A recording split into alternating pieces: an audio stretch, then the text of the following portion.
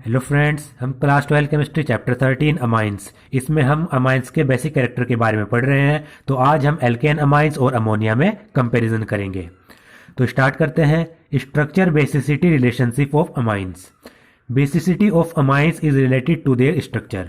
अगर हम अमाइंस के बेसिक नेचर की बात करें या उनकी बेसिसिटी की बात करें तो वो उनकी स्ट्रक्चर से रिलेटेड है। Basic character of an amine depends upon the ease of formation of the cation by accepting a proton from the acid. जो अमाइंस का बेसिक कैरेक्टर है वो इस बात पर डिपेंड करता है कि अमाइंस जो कैटायन बना रहे हैं वो कितनी आसानी से बना रहे हैं। यानी अमाइंस क्या करेंगे, जो एसिड हैं उनसे प्रोटॉन एक्सेप्ट करेंगे और प्रोटॉन एक्सेप्ट करने के बाद वो कैटायन का फॉर्मेशन करेंगे। तो जो ये कैटायन का फॉर्मेशन कितनी आसानी से हो रहा है इस बात पर डिपेंड करता है अमाइन का बेसिक कैरेक्टर। जैसे देखिए, हमने अमाइन लिया RNH2, इसके पास लोन पेयर है और इसको वाटर के साथ हमने रिएक्ट कराया। वाटर यहाँ पर एसिड की तरह एक्ट करेगा क्योंकि एम्फोटेरिक है, ये बेस है तो ये एसिड की तरह एक्ट करेगा। यानी ये इसको जो H पॉजिटिव आयन है, प्रोटॉन है, वो डोनेट करेगा। तो यहाँ पर होता क्या है, ये जो लोन पेयर है वो यहाँ पर डोनेट करता है नाइट्रोजन अपने लोन पेयर और यहाँ से प्रोटॉन को एक्सेप्ट करेगा। तो देखिए हमारा बनेगा RNH3 positive plus OH negative. तो यहाँ पर जो अमाइन है उसकी जो बेसिक स्ट्रेंथ है या फिर जो बेसिक कैरेक्टर है वो इस बात पर डिपेंड करेगा कि जो ये कैटायन है ये कितनी आसानी से बन रहा है। या फिर दूसरे शब्दों में हम कहें, आपको ये याद रखना है, दूसरे शब्दों में हम कह सकते हैं कि जो अमाइन है वो अपने लोन पेयर कितनी आसानी से डोनेट कर रहा है। जो अमाइन है वो अपने इलेक्ट्रॉन पेयर कितनी आसानी से डोनेट कर रहा है इस बात पर डिपेंड करता है अमाइंस का बेसिक कैरेक्टर। तो अगर अमाइंस आसानी से अपने इलेक्ट्रॉन पेयर डोनेट कर रहा है तो वो स्ट्रॉन्ग बेस होगा। अगर कोई अमाइन प्राइमरी या सेकेंडरी वो आसानी से इलेक्ट्रॉन पेयर अपने डोनेट नहीं कर पा रहा तो वो वीक बेस होगा। तो ये बेसिसिटी किस पर डिपेंड करती है कि कितनी आसानी से अमाइन अपने इलेक्ट्रॉन पेयर डोनेट कर दे। The more stable the cation is relative to the amine, more basic is the amine. तो अगर हम इस कैटायन की बात करें तो ये कैटायन जितना ज्यादा स्टेबल होगा उतना ज्यादा अमाइन बेसिक होगा, ये आपको याद रखना है। तो पहला है इसमें एल्केन अमाइंस वर्सेस अमोनिया। हम एल्केन अमाइन और अमोनिया की कंपैरिजन करेंगे। ये हम पहले भी पढ़ चुके हैं पिछले टॉपिक में कि जो एल्केन अमाइंस होते हैं वो अमोनिया से ज्यादा बेसिक होते हैं। इसका कारण मैं आपको बता चुका हूं, ये कारण मैं आपको इस टॉपिक में भी बता दूंगा। Let us consider the reaction of an alkane amine and ammonia with a proton to compare their basicity. Alkane amine और अमोनिया की हम रिएक्शन देखते हैं जिससे कि उनकी बेसिसिटी को हम कंपेयर कर सकें। तो देखिए RNH2 ये हमारा अमाइन है, इस नाइट्रोजन के पास लोन पेयर है। तो ये नाइट्रोजन अगर इसको प्रोटॉन चाहिए तो ये नाइट्रोजन क्या करेगा, यहाँ पर इस प्रोटॉन को अपने इलेक्ट्रॉन देगा और अपने साथ जोड़ लेगा। तो देखिए इस नाइट्रोजन ने ये हाइड्रोजन यानी प्रोटॉन अपने साथ जोड़ लिया इलेक्ट्रॉन पेयर डोनेट करके। तो क्या बना, RNH3 पॉजिटिव हमारा कैटायन बन गया। और नाइट्रोजन ने चूंकि ये अपने इलेक्ट्रॉन दिए थे तो इस पर पॉजिटिव चार्ज आ गया। अब बात करते हैं अमोनिया की। NH3 अमोनिया होता है, अमोनिया के पास इस नाइट्रोजन के पास इलेक्ट्रॉन पेयर है, ये इलेक्ट्रॉन पेयर इस प्रोटॉन को देगा, इसको अपने साथ जोड़ लेगा, प्रोटॉन को इलेक्ट्रॉन पेयर डोनेट करके एक्सेप्ट कर लेगा। तो देखिए क्या बना हमारा अमोनियम आयन NH4 पॉजिटिव। अब इनमें से कौन आसानी से इलेक्ट्रॉन पेयर डोनेट करेगा ये मैं आपको बता देता हूं। अब इसमें देखिए एल्केन अमाइन में आप देख सकते हैं यहां पर क्या लगा हुआ है, एल्काइल ग्रुप लगा हुआ है। और एल्काइल ग्रुप का काम क्या है, प्लस आई इफेक्ट शो करना, यानी इलेक्ट्रॉन को रिलीज करना, पुश करना। तो ये एल्काइल ग्रुप क्या करेगा, जो इलेक्ट्रॉन है उसको नाइट्रोजन की तरफ पुश करेगा, जिससे इस नाइट्रोजन पर इलेक्ट्रॉन की डेंसिटी इंक्रीज हो जाएगी। अगर नाइट्रोजन पर इलेक्ट्रॉन की डेंसिटी इंक्रीज हो गई तो ये नाइट्रोजन अपने लोन पेयर आसानी से डोनेट कर देगा। जबकि अमोनिया में ऐसा नहीं है, अमोनिया में ये हाइड्रोजन जुड़े हुए हैं। तो अमोनिया के जो लोन पेयर हैं नाइट्रोजन वो आसानी से इलेक्ट्रॉन पेयर डोनेट नहीं कर पाएगा।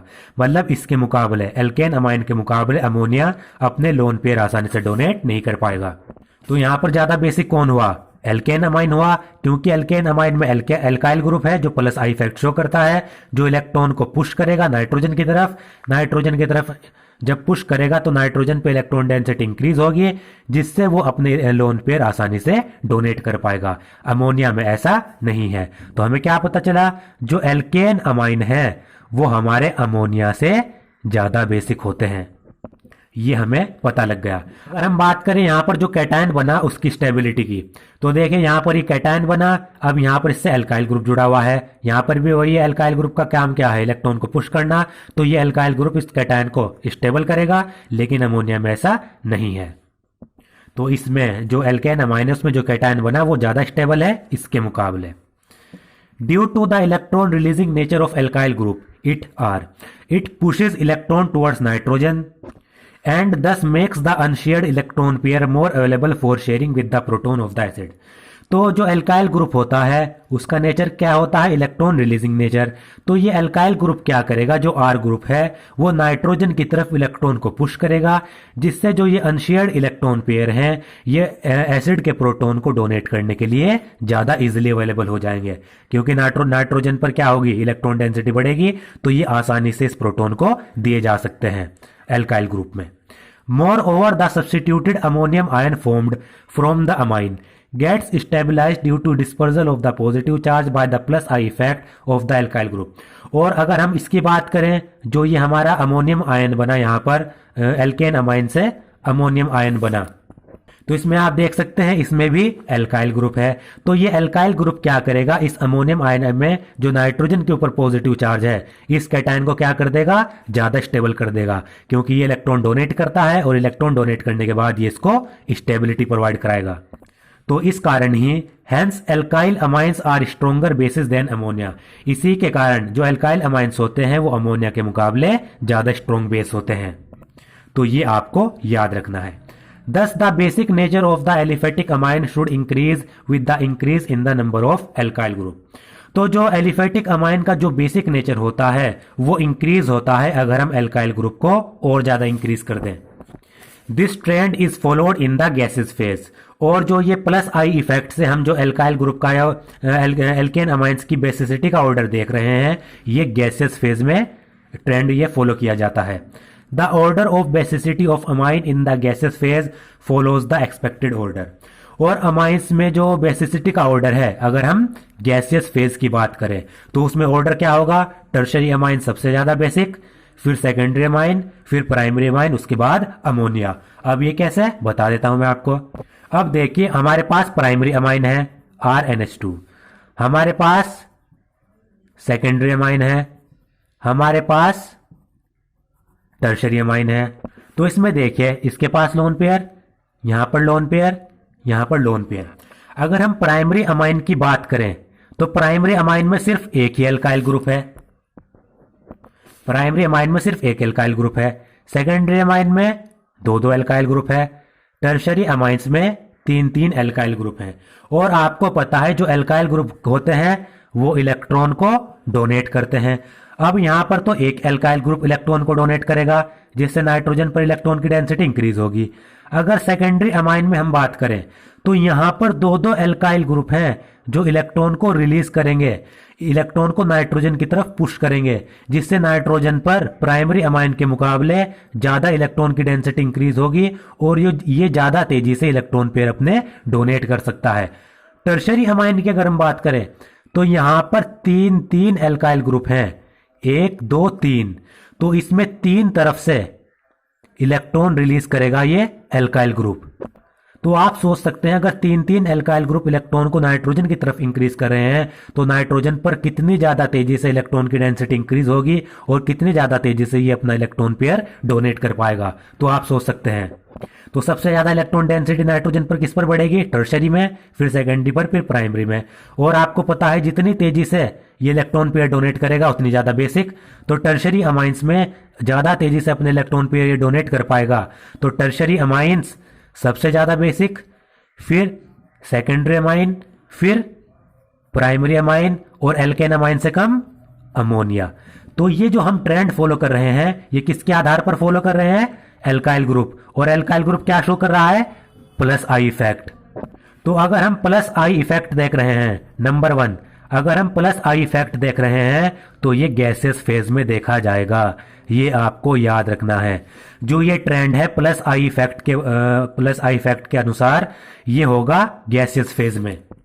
तो ये आपको सबसे नंबर 1 क्या याद रखना है, अगर हम गैसियस फेज की बात कर रहे हैं तो उसमें प्लस आई इफेक्ट देखा जाएगा और प्लस आई इफेक्ट के अनुसार 3 डिग्री अमाइन सबसे ज्यादा बेसिक, फिर 2 डिग्री, फिर 1 डिग्री, उसके बाद अमोनिया। ये गैसियस फेज की बात है। तो ये बात करी हमने गैसेस फेज की। अब बात करते हैं एक्वस फेज की यानी सॉल्यूशन फेज की। Number 2, the trend is not regular in the aqueous state as evident by the pKb value given in table 13.3। लेकिन अगर हम एक्वस फेज की बात करें तो उनमें ये वाला ट्रेंड फॉलो नहीं किया जाता। इन the aqueous phase the substituted ammonium cation get stabilized not only by the electron releasing effect of the alkyl group plus I but also by solvation with water molecules। अगर हम aqueous phase की बात कर रहे हैं तो उनमें जो ये अमोनियम कैटायन बना, इसको सिर्फ जो एल्काइल ग्रुप का इलेक्ट्रॉन रिलीजिंग इफेक्ट है, एल्काइल ग्रुप का जो प्लस आई इफेक्ट है, सिर्फ वो ही इसको स्टेबलाइज नहीं करेगा। एक्वस फेज में एक और फैक्टर कंसिडर किया जाता है जिसको कहते हैं सोल्वेशन इफेक्ट। सोल्वेशन का मतलब क्या है, सोल्यूट और सोलवेंट के बीच में बॉन्ड का फॉर्मेशन होना।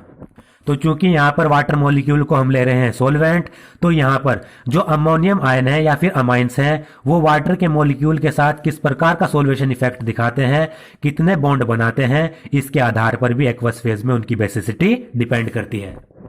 अब देखिए, the greater the size of the ion lesser will be the solvation and less stabilized is the ion. ये इंपॉर्टेंट पॉइंट है। जितना ज्यादा साइज आयन का साइज होगा, जितना बड़ा आयन का साइज होगा उतना कम सोल्वेशन होगा, और अगर सोल्वेशन कम होगा तो जो आयन है वो सबसे बहुत कम स्टेबलाइज्ड होगा। एक बार फिर से मैं बता देता हूं, आयन का साइज जितना ज्यादा सोल्वेशन उतना कम, सोल्वेशन कम तो आयन की स्टेबिलिटी उतनी कम। The order of stability of ion is as follows. तो अगर हम बात करें एक्वस फेज में, तो एक्वस फेज में जो आयन की स्टेबिलिटी है वो ये ऑर्डर फॉलो करेगी। तो ये देखिए, प्राइमरी अमाइन से हमारा ये प्राइमरी अमोनियम आयन बना, यानी RNH3 पॉजिटिव प्राइमरी अमाइन है अमोनियम आयन, क्योंकि एक एल्काइल ग्रुप है, नाइट्रोजन से सिर्फ एक एल्काइल ग्रुप जुड़ा हुआ है। तो अगर हम प्राइमरी अमोनियम आयन की बात करें तो यहां पर आप देख सकते हैं ये कितनी जगह से वाटर के मॉलिक्यूल के साथ सोल्वेशन इफेक्ट शो कर तक सकता है, यानी कितने बॉन्ड बना सकता है। तो देखिए, इसके पास एक हाइड्रोजन है, ये वाटर के ऑक्सीजन के साथ हाइड्रोजन बॉन्ड बनाएगा। दूसरा हाइड्रोजन, ये दूसरे वाटर के मॉलिक्यूल के साथ हाइड्रोजन बॉन्ड बनाएगा। तीसरा हाइड्रोजन वाटर के मॉलिक्यूल के साथ हाइड्रोजन बॉन्ड बनाएगा। तो प्राइमरी आयन में अगर हम देखें तो कितने बॉन्ड बन रहे हैं, 1 bond, 2 bond, 3 bond, solution effect ज्यादा है। सेकेंडरी आयन की अगर हम बात करें तो इसमें देखिए 2 हाइड्रोजन है, सेकेंडरी में 2 हाइड्रोजन है। तो ये वाला हाइड्रोजन वाटर के साथ हाइड्रोजन बॉन्ड बनाएगा, ये दूसरा वाला हाइड्रोजन ये, तो यहां पर कितने बॉन्ड बन रहे हैं, 2 बॉन्ड बन रहे हैं। टर्शरी की अगर हम बात करें, टर्शरी आयन की, तो उसमें एक ही हाइड्रोजन है, तो ये हाइड्रोजन एक ही वाटर मॉलिक्यूल के साथ हाइड्रोजन बॉन्डिंग करेगा। तो इसमें आप देख सकते हैं जो प्राइमरी आयन है या प्राइमरी अमाइन है उसमें 3-3 बॉन्ड बन रहे हैं। तो सोल्वेशन इफेक्ट इसमें सबसे ज्यादा हो रहा है क्योंकि बॉन्डिंग सबसे ज्यादा इसमें हो रही है वाटर मॉलिक्यूल के साथ। फिर प्राइमरी अमाइन से कम 2 बॉन्ड इसमें बन रहे हैं, तो प्राइमरी अमाइन से सोल्वेशन सेकेंडरी में कम हो रहा है, टर्शरी में सबसे कम सोल्वेशन हो रहा है क्योंकि एक ही बॉन्ड बन रहा है। और आपको पता है आयन की स्टेबिलिटी किस पर डिपेंड करती है, एनर्जी पर। जितनी एनर्जी कम होगी, एनर्जी जितनी कम होगी स्टेबिलिटी उतनी ज्यादा होगी। ये आपको याद रखना है, एनर्जी जितनी कम स्टेबिलिटी उतनी ज्यादा। और आपको पता है जब बॉन्ड बनता है तो एनर्जी रिलीज होती है। तो यहां पर आप देखिए प्राइमरी अमाइन में एक बॉन्ड बन रहा है, दूसरा बॉन्ड बन रहा है, तीसरा बॉन्ड बन रहा है। तो जब ये बॉन्ड बनेगा एनर्जी रिलीज होगी, दूसरा बॉन्ड बनेगा एनर्जी रिलीज होगी, तीसरा बॉन्ड बनेगा एनर्जी रिलीज होगी। यानी यहां पर तीन टाइम्स एनर्जी रिलीज हो रही है, 3 टाइम्स। इसमें अगर हम बात करें, इसमें ये बॉन्ड बनेगा और ये बॉन्ड बनेगा, तो यहां पर 2 टाइम्स एनर्जी रिलीज हो रही है। इसमें अगर हम देखें टर्शरी में, तो ये बॉन्ड बनेगा, सिर्फ एक ही टाइम एनर्जी रिलीज हो रही है। तो इसमें आप देख सकते हैं जो प्राइमरी आयन है उसकी एनर्जी सबसे ज्यादा रिलीज हो रही है, तो इसकी एनर्जी सबसे ज्यादा रिलीज होगी, तो ये इसकी एनर्जी बहुत कम हो जाएगी, क्योंकि ये एनर्जी तो बॉन्ड बनाने में रिलीज कर देगा, तो इसकी एनर्जी सबसे कम हो जाएगी। तो प्राइमरी आयन की अगर एनर्जी सबसे कम हो रही है तो इसकी स्टेबिलिटी सबसे ज्यादा होगी। फिर देखिए इसकी एनर्जी इतनी प्राइमरी अमाइन के मुकाबले इतनी कम नहीं होगी, तो इसकी स्टेबिलिटी थोड़ी कम होगी प्राइमरी के मुकाबले। जो यहां पर देख सकते हैं टर्शरी, इसकी एनर्जी, इसमें एनर्जी सबसे ज्यादा होगी, यानी इसमें जो एनर्जी रिलीज होगी वो सबसे कम रिलीज होगी। अगर इसकी बात करें, इसके पास एनर्जी सबसे ज्यादा होगी, क्योंकि इसकी तो एनर्जी रिलीज हो गई, तो इसके पास जो बची हुई एनर्जी है वो सबसे कम। फिर इसकी एनर्जी थोड़ी कम रिलीज हुई, तो इसके पास जो बची हुई एनर्जी है वो प्राइमरी अमाइन के मुकाबले ज्यादा होगी। और टर्शरी की एनर्जी तो सबसे कम रिलीज हुई, क्योंकि एक ही बॉन्ड बना रहा है, तो इसके पास जो बची हुई एनर्जी है वो सबसे ज्यादा होगी। तो इसके पास एनर्जी जितनी ज्यादा, स्टेबिलिटी उतनी कम। तो देखिए सबसे कम एनर्जी इसकी, सबसे ज्यादा स्टेबिलिटी। फिर थोड़ी ज्यादा एनर्जी इसके पास है, तो प्राइमरी के मुकाबले इसकी स्टेबिलिटी कम। फिर सबसे ज्यादा एनर्जी इसके पास है, तो इसकी एनर्जी जितनी ज्यादा होगी, स्टेबिलिटी उतनी कम होगी। तो यहां पर इसकी स्टेबिलिटी सबसे कम है। तो यहां पर ऑर्डर बदल जाता है। अगर हम एक्वस फेज की बात कर रहे हैं तो इसमें दूसरा इफेक्ट क्या आया? सोल्वेशन। और सोल्वेशन इफेक्ट किस में देखा जा रहा है? एक्वस फेज में। तो एक्वस फेज में सोल्वेशन के कारण क्या ऑर्डर हो गया? प्राइमरी अमाइन की बेसिसिटी सबसे ज्यादा, फिर उससे कम सेकेंडरी अमाइन की, फिर उससे कम टर्शरी अमाइन की, फिर सबसे कम अमोनिया की तो है ही। तो ये दो इफेक्ट हमने पढ़े। तो इसमें आप देख सकते हैं जब हम गैसेस फेज में प्लस आई इफेक्ट देख रहे थे तो टर्शरी अमाइन सबसे ज्यादा बेसिक था, लेकिन जब हम एक्वस फेज में सोल्वेशन इफेक्ट देख रहे हैं तो उसमें प्राइमरी अमाइन सबसे ज्यादा बेसिक है। तो ऑर्डर बिल्कुल बदल गया। एक्वस फेज की बात कर रहे हैं हम। तो ये हमने देखा यहां पर decreasing order of extent of hydrogen bonding in water and order of stability of ion bye solution. यहां पर क्या दिया गया है? हाइड्रोजन बॉन्डिंग की डिक्रीजिंग ऑर्डर दी गई है, और साथ ही साथ आयंस की जो सोल्वेशन में स्टेबिलिटी होगी उसका भी डिक्रीजिंग ऑर्डर। ये सबसे ज्यादा स्टेबल, फिर इससे कम ये, इससे कम ये। तो ये हमने पढ़ा जितनी ज्यादा सब्स्टिट्यूटेड अमोनियम कैटायन की स्टेबिलिटी होगी उतना ज्यादा हमारा अमाइन बेस के रूप में स्ट्रोंग होगा। तो अगर हम सोल्वेशन इफेक्ट की बात कर रहे हैं एलिफेटिक अमाइंस में अगर हम सोल्वेशन इफेक्ट की बात कर रहे हैं तो यहां पर जो बेसिसिटी का ऑर्डर होगा वो क्या होगा? प्राइमरी सबसे ज्यादा, उसके बाद सेकेंडरी, उसके बाद टर्शरी। और आप यहां पर देख सकते हैं जब हम ये एक्वस फेज में सोल्वेशन इफेक्ट देख रहे हैं, ये इंडक्टिव इफेक्ट के मुकाबले क्या है? बिल्कुल ऑपोजिट है। तो ये हमने दो इफेक्ट पढ़ लिए। Secondly, when the alkyl group is small like CH3 group there is no steric hindrance to hydrogen bonding. In case the alkyl group is bigger than CH3 group there will be steric hindrance to hydrogen bonding. अब aqueous phase में solvation के अलावा एक और effect होता है जिसे कहते हैं स्टेरिक हिंड्रेंस। स्टेरिक हिंड्रेंस का मतलब होता है बीड। तो अगर हम देखें यहां पर, अगर एल्काइल ग्रुप हमारा स्मॉल है जैसे कि CH3 ग्रुप, तो यहां पर कोई भी स्टेरिक हिंड्रेंस नहीं होता हाइड्रोजन बॉन्डिंग में। अगर एल्काइल ग्रुप बिगर हो, CH3 ग्रुप से बड़ा हो, तो हाइड्रोजन बॉन्डिंग बनाने में स्टेरिक हिंड्रेंस होता है। Therefore, the change of nature of the alkyl group from CH3 to C2H5 result in change of the order of basic strength।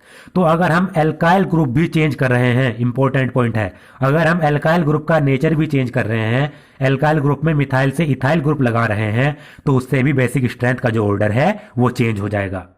तो अगर देखिए स्टेरिक हिंड्रेंस की अगर हम बात करें तो प्राइमरी अमाइन में देखिए ये हाइड्रोजन छोटा ग्रुप है, ये भी और ये भी छोटा ग्रुप है, लेकिन एल्काइल ग्रुप थोड़ा बड़ा ग्रुप है।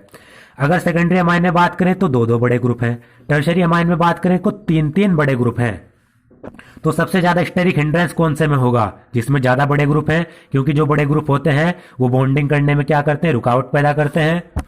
तो स्टेरिक हिंड्रेंस में भी क्या होगा? जो प्राइमरी अमाइन है वो सबसे ज्यादा बेसिक, फिर सेकेंडरी, फिर टर्शरी।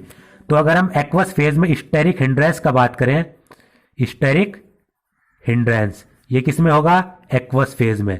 तो उसमें भी ऑर्डर क्या होगा? प्राइमरी अमाइन सबसे ज्यादा, फिर सेकेंडरी, फिर टर्शरी, उसके बाद अमोनिया। तो इसमें देखिए सोल्वेशन और स्टेरिक हिंड्रेंस दोनों में इफेक्ट बिल्कुल एक जैसा है ऑर्डर, बस जो गैसेस फेज में प्लस आई इफेक्ट देख रहे हैं वो अलग है। और ये क्वेश्चन पूछा जाता है गैसेस फेज में अमाइंस का ऑर्डर क्या होगा। तो गैसेस फेज में अमाइंस का ऑर्डर टर्शरी, सेकेंडरी, फिर प्राइमरी, फिर अमोनिया। ये इंपॉर्टेंट है। तो ये पढ़ा हमने, और साथ ही साथ हमने क्या पढ़ा, अगर मिथाइल ग्रुप से इथाइल ग्रुप चेंज हो रहा है, एल्काइल ग्रुप में चेंज हो रहा है, तो उससे भी बेसिक स्ट्रेंथ का जो ऑर्डर है वो चेंज हो जाएगा। कैसे देखते हैं। Thus, there is a subtle interplay of the inductive effect, solvation effect and steric hindrance of the alkyl group, which decide the basic strength of alkyl amine in the aqueous state. तो अगर हम aqueous state की अगर हम बात कर रहे हैं, तो एक्वस स्टेट में जो इंडक्टिव इफेक्ट है, सोल्वेशन इफेक्ट है और स्टेरिक हिंड्रेंस इफेक्ट है, इनको मिला जुलाकर एक क्या होता है, एल्काइल अमाइंस की बेसिक स्ट्रेंथ का ऑर्डर निकाला जाता है। तो ये आपको याद रखना है। एक्वस स्टेट में अगर हम एल्काइन अमाइंस का ऑर्डर निकाल रहे हैं, तो इंडक्टिव इफेक्ट, सोल्वेशन इफेक्ट और स्टेरिक हिंड्रेंस जो इफेक्ट है, इन तीनों को मिला जुलाकर एक ऑर्डर निकाला जाएगा, यानी इन तीनों इफेक्ट को कंसिडर किया जाएगा। अब आपको मैं जो ऑर्डर बताने वाला हूं, ये वाला ऑर्डर, इसी के आधार पर ही क्वेश्चन पूछे जाते हैं। इस पर ही हमेशा क्वेश्चन पूछा जाता है। ये ऑर्डर आपको याद रखना है। The order of basic strength in case of methyl substituted amine and ethyl substituted amine in aqueous solution is as follows. अगर हम बात करें मिथाइल सब्स्टिट्यूटेड अमाइंस के ऑर्डर की और इथाइल सब्स्टिट्यूटेड अमाइंस के ऑर्डर की एक्वस सॉल्यूशन में, तो यहां पर ये ऑर्डर दिया गया है, इनकी बेसिक स्ट्रेंथ का ऑर्डर दिया गया है। और जो ये ऑर्डर दिया गया है, ये मोस्ट इंपॉर्टेंट है। इसी के आधार पर ही हमेशा क्वेश्चन पूछा जाएगा इस टॉपिक से। तो इस पूरे टॉपिक में बस आपको ये वाला ऑर्डर तो याद रखना ही रखना है। तो देखें यहां पर, अगर हम ये इथाइल सब्स्टिट्यूटेड अमाइन की बात करें, जिसमें सब्स्टिट्यूएंट ग्रुप कौन सा हो, इथाइल, C2H5, तो इसमें आप देखें C2H5 का होल ट्वाइस NH, तो यहां पर 2 इथाइल ग्रुप लगे हैं। तो 2 इथाइल ग्रुप का मतलब ये सेकेंडरी। तो इथाइल सब्स्टिट्यूटेड अमाइन अगर हमारे पास है, तो जो उसमें सेकेंडरी इथाइल सब्स्टिट्यूटेड अमाइन होगा, वो सबसे ज्यादा बेसिक, उससे कम थोड़ा टर्शरी, और सबसे कम जो प्राइमरी अमाइन होगा इथाइल के केस में, उसकी बेसिसिटी सबसे कम होगी। उसके बाद अमोनिया। अगर हम मिथाइल सब्स्टिट्यूटेड अमाइन की बात करें, जिनमें मिथाइल ग्रुप है, तो मिथाइल ग्रुप में जो सेकेंडरी अमाइन होगा वो सबसे ज्यादा बेसिक, उससे कम प्राइमरी, उससे कम टर्शरी और सबसे कम अमोनिया। और मैंने ये ऑर्डर यहां पर भी लिख रखा है, इथाइल के केस में ये, मिथाइल के केस में ये। तो ये इथाइल के केस में क्या है, सेकेंडरी अमाइन सबसे ज्यादा बेसिक, उससे कम टर्शरी, उससे कम प्राइमरी, फिर सबसे कम अमोनिया तो है ही। अगर मिथाइल की बात करें, ये तो इथाइल का था, ये मिथाइल की अगर हम बात करें, तो मिथाइल में सेकेंडरी अमाइन सबसे ज्यादा बेसिक, फिर प्राइमरी, फिर टर्शरी, उसके बाद अमोनिया। ये चेंज हो गया बाद में। तो ये आपको कैसे याद रखना है, इथाइल के केस में 231 और मिथाइल के केस में 213, या फिर हिंदी में इथाइल के केस में 231, मिथाइल के केस में 213। ये ऑर्डर आप याद रखेंगे, क्योंकि इसी के आधार पर ही क्वेश्चन पूछे जाते हैं। बाकी आपको ये जो सोल्वेशन इफेक्ट है, स्टेरिक हिंड्रेंस इफेक्ट है, ये याद रहे ना रहे कोई दिक्कत नहीं है। बस ये एक तो ये याद रखना है आपको, प्लस आई इफेक्ट जो गैसेस फेज में अगर हम बात करें, गैसेस फेज में तो ये ऑर्डर होता है, और एक्वस फेज में इथाइल का ये के ऑर्डर और मिथाइल का ये ऑर्डर। बस इस टॉपिक में से ये 3 चीजें आप याद रखेंगे, इन्हीं पर ही क्वेश्चन पूछे जाते हैं।